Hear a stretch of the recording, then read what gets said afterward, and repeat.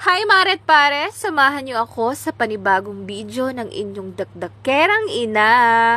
Magluluto ako for today's video ng all-time favorite almusal ng aking mga Junakis.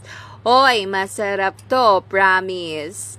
Anyway, habang ako ay nagluluto, gusto kong i-chika sa inyo yung panahong decided na ang inyong ina umalis sa aking 4 years na trabaho sa grocery para i-push na ang aking call center journey.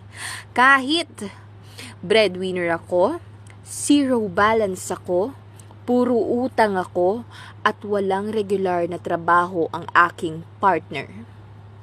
Alam nyo ba, Maret Pare, kung ano ang binaon ko? Syempre, binaon ko yung last kong sinahod. Dinagdag ko na yung lakas ng loob. Sinama ko na din si tiwala sa sarili, pananalig sa taas, at last, yung mga inaral ko. Yung mga kinabisado kong interview question and answer. Kasi nga di pa ako ganun kabihasa sa English after all. In short, ang English ko noon is bahala na si Batman. Umalis ako nang wala pang malilipatang trabaho.